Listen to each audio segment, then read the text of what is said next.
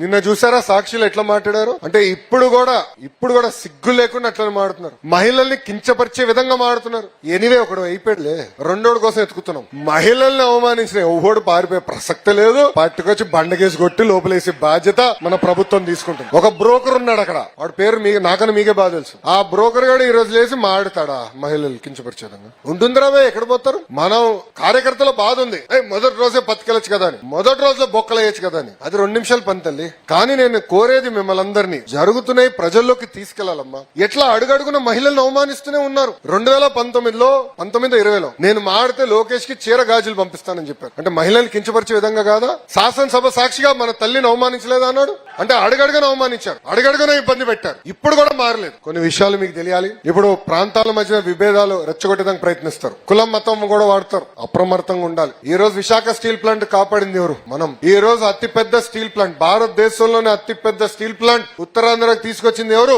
మన ప్రభుత్వం. విశాఖపట్నానికి అనేక ఐటీ పరిశ్రమలు ఈ రోజు వస్తున్నాయంటే, టీసీఎస్ గానీ గూగుల్ గానీ ఎన్ని వస్తున్నాయంటే తీసుకొచ్చింది ఎవరు? మన ప్రభుత్వం. రైల్వే జోన్ ఏర్పాటు చేసింది ఎవరు? మన ప్రభుత్వం. దానికి కారణం డబుల్ ఇంజిన్ సర్కార్. కేంద్రంలో ప్రధాన మంత్రి గారు, రాష్ట్రంలో బాబు గారు ఇద్దరు కలిసికట్టుగా పనిచేస్తున్నారు. రాష్ట్రాన్ని ముందుకు తీసుకెళ్తున్నారు. ఎస్, చంద్రబాబు నాయుడు గారికి అన్ని రకాలుగా అండగా నిలబడాలని బాబు గారు కోరతం లేటు ఈ రోజు ఇస్తున్నారు. మీరే ఆలోచించండి. 5 సంవత్సరాలు రైల్వే జోన్ పట్టుకొచ్చారా? విశాఖపట్నానికి వాళ్ళు ప్యాకేజ్ తీసుకొచ్చారా? విశాఖపట్నం ఒక్క ఐటీ కంపెనీ తీసుకొచ్చారా?